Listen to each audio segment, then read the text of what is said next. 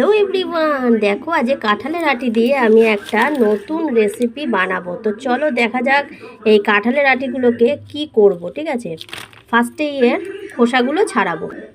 দেখো আমি কিন্তু এর খোসাগুলোকে ছাড়িয়ে নিয়েছি আর মাঝখান থেকে ফাল করে নিয়েছি, মানে মাঝখানে দু টুকরো করে নিয়েছি। তো এখানে আর কটা আমি নেব, নিয়ে আমি পরপর তোমাদের সাথে শেয়ার করছি যে আমি কী করছি। ঠিক আছে, আমি কাঁঠালের আটিটা মধ্যে একটু জল দিলাম, জল দিয়ে একটু সেদ্ধ করে নেবো। ঠিক আছে, এবার একটু সেদ্ধটা ভালো করে করতে হবে, তারপরে দেখাচ্ছি তোমাদেরকে।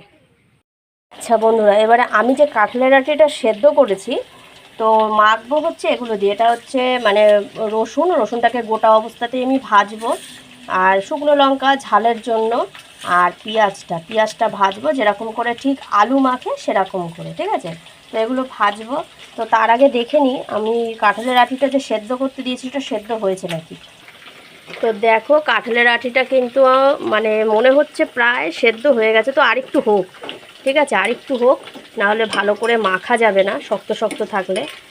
আমি চাইছি একদম মোমের মতন গলে যাবে সেরকম চাইছি। তো আরেকটু হবে, তার জন্য আমি একটু ঢাকা দিয়ে দিলাম।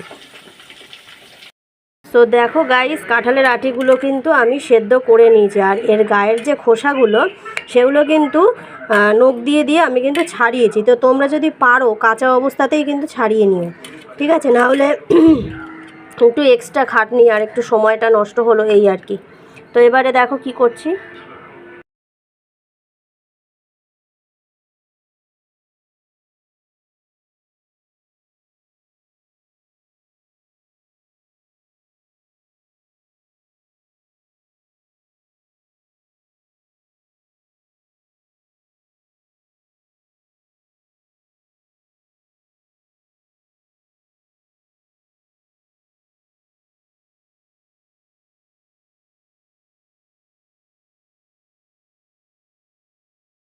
গাইস ফাইনালি সব কিছু রেডি হয়ে গেছে। আমার কাঁঠালের আটি সেদ্ধ হয়ে গেছে, পেঁয়াজ ভাজা হয়ে গেছে, শুকনো লঙ্কা ভাজা হয়ে গেছে, লবণ দিয়ে আমি রেডি করে রেখেছি। এবারে আমি এটাকে সুন্দর করে মেখে নেবো, ঠিক যেরকম আলু ভাতে মাখে। ঠিক আছে, চলো।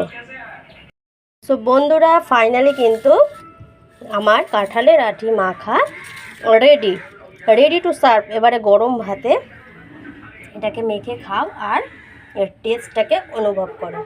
তো আমি তো বানিয়ে ফেললাম, এবার কিন্তু তোমাদের বানানোর পালা।